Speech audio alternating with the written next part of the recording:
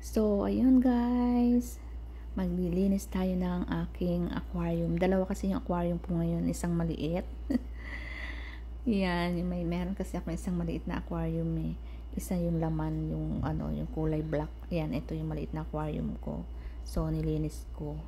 Then, yan, nilagay ko na sa loob yung maliliit na crystal. So, alam nyo na yung pangpaganda sa loob ng aquarium. Ayan, ilalagay ko isa-isa sa loob.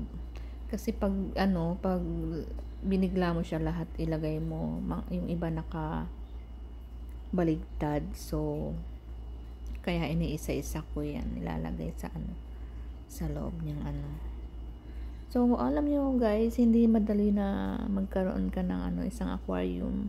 Napakahirap maglinis, lalo na yun sa akin kasi manual ko lang nililinis. Hindi ako gumagamit nung meron kasing panlinis talaga is yung ginagamitan ng hose. Hindi ako gumagamit nun, so kaya minamanual ko lang yan. Ito, madali lang linisin kasi napakaliit lang yung aquarium na yan. Kumbaga isang isda lang yung kasya dyan. Yan, ilagay natin sa loob yung green para kunwari nasa loob siya ng dagat, nasa ilalim pala ng dagat. So ayan, isa-isahin natin siyang ilalagay dyan. Maliit lang yan siya, so maliit din yung isdang nakalagay dyan, kaya lang napakasela ng isda na yan. Bigay lang kasi yan ng friend nung anak ko kasi lumipat sila ng ibang province, iniwan sa amin. So ayan yung isda. Ang cute niya kasi yung kanyang buntot. Ito naman yung malaki kong aquarium. So konti na lang din ang laman ng isda nito kasi namamatay. Ewan ko kung bakit. So hindi ko na siya dinagdagan ng marami. So dalawang isda lang yung pinalalangoy ko ngayon dyan. Natatandaan nyo guys yung nanganak yung mga isda ko. Namatay din sila kasi kinakain din nila. So kaya hindi na ako bumili uli ng nung isda na na manganganak. Yan, dalawa lang sila. Oo, malungkot sila kasi dalawa lang sila, pero okay lang kasi mag-asawa sila. So saka ko na lang dadagdagan yan ng pag hindi na sila nang aaway, kasi nang aaway yan mga yan eh.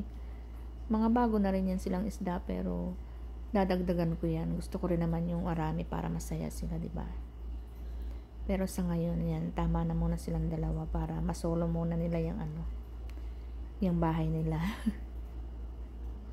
Pero kung titingnan mo, malungkot din sila, diba? Kasi wala silang ibang kalaro. At least hindi na sila nag-aaway, wala silang kaaway. So ayan, mahirap din magkaroon ng aquarium kasi mahirap maglinis. Pero natutuwa kasi ako kasi stress reliever ko din yan eh. Tsaka yung mga flowers, and then itong aquarium, yan yung libangan ko eh. So yan lang guys ang ko ngayon. So naglinis lang ako ng aquarium, and then yan, pinapanood yung mga isda, diba? Parang sarap lang ng buhay nila, pero hindi pa rin masaya kasi nasa loob sila. Ito naman yung maliit, yan, nailagay ko na siya sa aquarium niyang maliit.